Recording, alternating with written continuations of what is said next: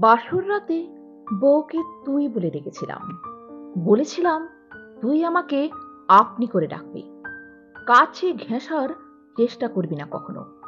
কারণ বউ ছিল পুরোই কয়লার ড্রাম, কুচকুচে কালো তার গায়ের রং। বাসর ঘরে ঢুকে বিছানায় তাকিয়ে দেখি যেন ঠিক একটা কালো কুকুর বসে আছে লাল ঘোমটা দিয়ে, ঠোঁটে লাল লিপস্টিক, কপালে ঢ্যাপা একটা টিপ। ওয়াক থু, কি বিচ্ছিরি সাজ! লাল কালোই কি এক অগোছালো সাজ! বাতি বন্ধ করতেই বুঝলাম যেন একটা আধার নিয়ে শুয়ে আছি। নেহাত যৌনতার দায় সারা হয়েছিল সে রাতে। তারপর বিছানা থেকে তুলে দিয়েছিলাম তাকে। যৌতুক বিরোধী ছিলাম আমরা, তাই বাবার বক্তব্য ছিল বিনা যৌতুকে নিজের আত্মীয়ের কারো মেয়েকে পুত্রবধূ করে আনবেন। তাই হলো। হাজারো অনিচ্ছা সত্ত্বেও বাবার গরিব বন্ধুর কালো মেয়েকে বিয়ে করতে হলো আমায়। কলেজের সেলফি বয়ের এমন একটা বউ জুটল যে জীবনে বউকে নিয়ে আর সেলফি তোলা যাবে না। বন্ধুরা অনুরোধ করত বউ নিয়ে বেড়াতে আসতে, কিন্তু আমি তাকে নিতাম না। লজ্জা আছে তো নাকি? রাতে বাড়ি ফিরতাম দেরি করে, তখনও সে জেগে থাকতো, খাবার বেড়ে দিত। কথা বলতাম না আমি। কিভাবে বলি, বারে ডিস্কোতে সুন্দরী মেয়ে দেখে বাড়িতে কি অমন আলকাতরা ভালো লাগে? ওর কি প্রয়োজন সেটা কোনোদিন জিজ্ঞাসা করিনি। বাড়িতে সবার কাপড় কেনা হতো, খাবার তো আছেই, আর কি চাই? এভাবেই কেটে গেল কয়েক মাস। সেদিন এক বন্ধু তার গার্লফ্রেন্ডকে গিফট দেওয়ার জন্য কিছু কিনেছিল, সেটা আমাকেই পৌঁছে দিতে হবে। অনেক রাত গিফট বক্স নিয়ে বাড়ি ফিরলাম আমি।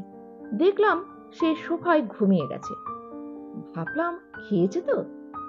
আমি না আসা পর্যন্ত আবার ওকে খেতে দেখিনি কোনোদিন। আমি শুয়ে পড়লাম, কিন্তু মনটা বড় খচখচ করছে। ডেকে তুলে বললাম, খেয়ে তারপর শুবি। পরদিন সকালে গিফট বক্স খুঁজে দেখি ওটা আর আসতো নেই। ও ওটা খুলে ভিতরে যা ছিল ব্যবহার করা শুরু করে দিয়েছে। ওর খুশি মুখ দেখে কিছু বললাম না। বেচারি, কালো বলে কি সাজতে নেই?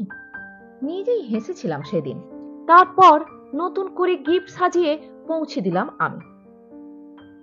তারপর একদিন ও বমি করলে বুঝলাম ও মা হতে চলেছে। এক শীতের বিকেলে মা বাবা বেড়াতে গেলেন গ্রামে।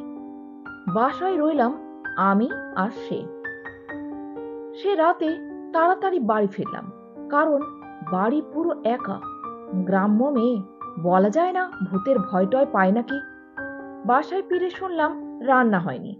কারণ জানতে চাইলে ও বলল, ভেবেছিলাম আপনি বন্ধুদের সাথে খাবেন। দুপুরের কিছু ভাত ছিল, আমার হয়ে যেত। তাই ফ্রিজ খুলে দেখলাম সামান্যই ভাত। বললাম, চল কাপড় পরে নে, হোটেলে খাবি।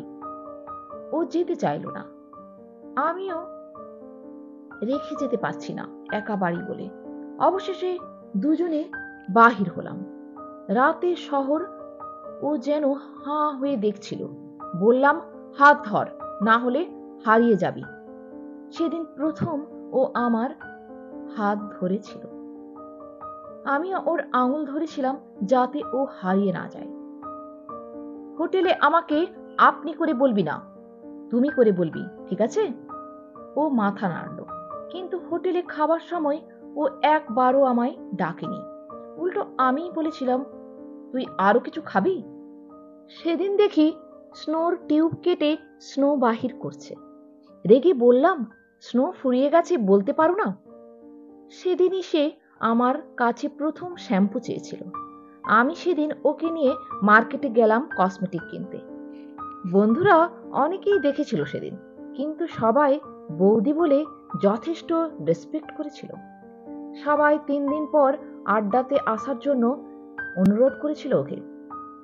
3 দিন পর আমি ওকে নিয়ে গিয়েছিলাম মোটর সাইকেলে ওর জীবনের প্রথম লং ড্রাইভ আর ড্রাইভার ছিলাম আমি, আর আমার বউকে নিয়ে প্রথম।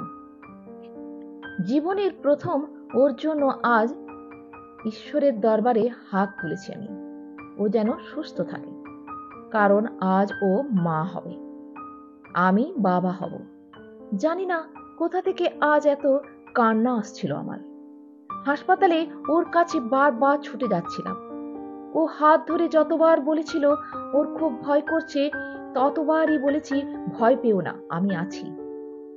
সেদিন ও কাউকে খুঁজেনি, শুধু আমায় খুঁজেছে, আমায় পাশে থাকতে বলেছে বারবার। আর আমি বারবার পর্দার ফাঁকে বারবার ওকে দেখলাম। সিজারে নেওয়া হয়েছিল ওকে, সন্তান পেলাম, কিন্তু ওকে পেলাম না। ওর দেহটা ধরে সেদিন খুব কেঁদেছিলাম, মনে হচ্ছিল খুব যেন নিজের কলিজাটা ছিঁড়ে গেছে। আজও ওর কবরের পাশে ছুটে যায়, চিৎকার করে বলি, ফিরে এসো তুমি, একটা রাত তোমার সাথে গল্প করা বাকি ছিল, একটা সেলফি তোমায় নিয়ে তোলার ছিল। জানি ওকে ভালোবাসা দিতে পারিনি, কিন্তু আজ বুঝেছি কেন এখনো বুকের বাঁ পাশটা চিনচিন করে ব্যথা করে। তো বন্ধুরা, আমার এই গল্পটি ভালো লেগে থাকলে আমার চ্যানেলটিকে সাবস্ক্রাইব করে পাশে থাকবেন। ধন্যবাদ।